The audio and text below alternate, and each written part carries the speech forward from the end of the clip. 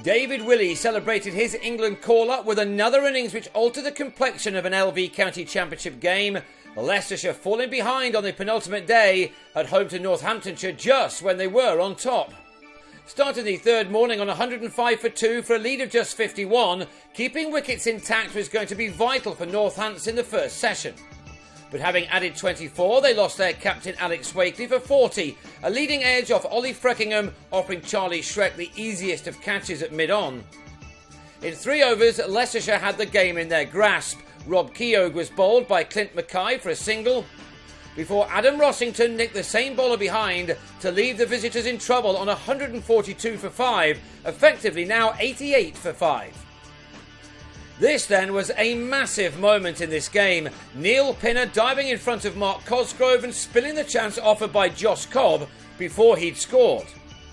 Catches win matches, and having not tasted success in a 4-day game since September 2012, it was now going to be interesting to see how Leicestershire reacted to that missed opportunity.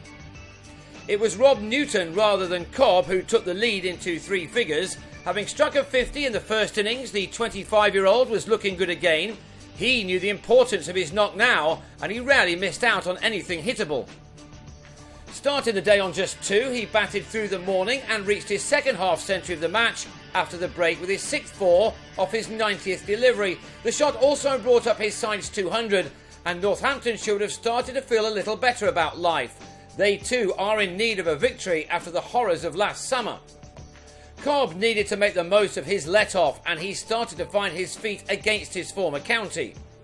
The pick of the home attack was again Ben Rain. He dragged one back off the pitch to bowl Newton for 58 to bring an end to a crucial 78-run 6th wicket partnership.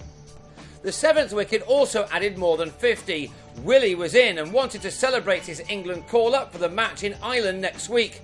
Had it not been for back problems, he surely would have had international honours already by now. He started this season very strongly too. It would be cruel on Leicestershire if one of their own was the one to bat them out of contention here. Cobb was trying his best to do that, reaching his second 50 for his new employers off his 121st delivery with his 7th 4. By now the lead for Northamptonshire was into the 200s, and Leicestershire may just have felt the big advantage they had slipping away from them. But they were given hope when Cobb's fine glance off Shrek was too fine. Niall O'Brien mopped up behind the stumps to send Cobb off for 54. One of the reasons Willey has been included in the England squad is his ability to very quickly take games away from teams with the bat. He always plays shots to get his runs at a very good rate, and this innings was no different. If the ball is there to be hit, Willey gives it a wallop. In doing that, he was at his 50 off just 43 balls, 5 fours being struck off his last 10 to take his tally of boundaries to 11. All this after he'd started this summer with his maiden first-class 100 against Gloucestershire. He was halfway to another one.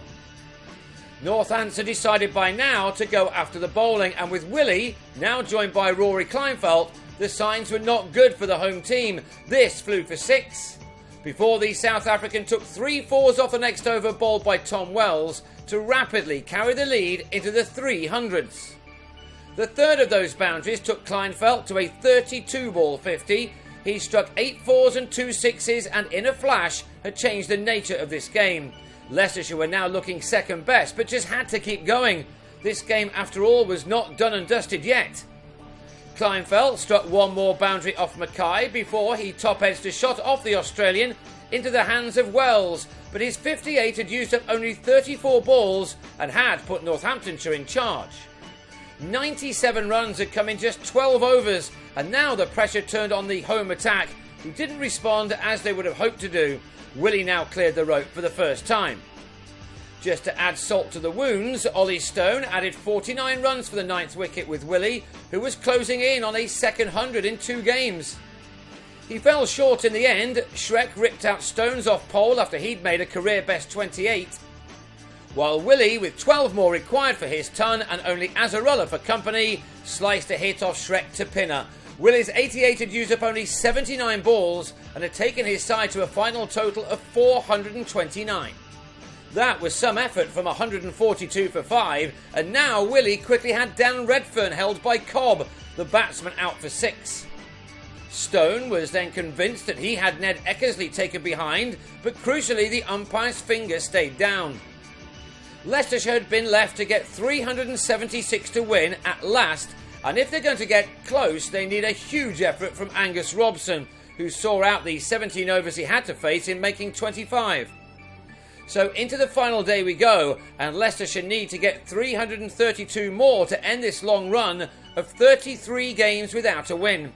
If they do it, it will be the county's fourth highest successful run chase in their history. They go again on 44 for 1 and need to have a good morning session on Wednesday.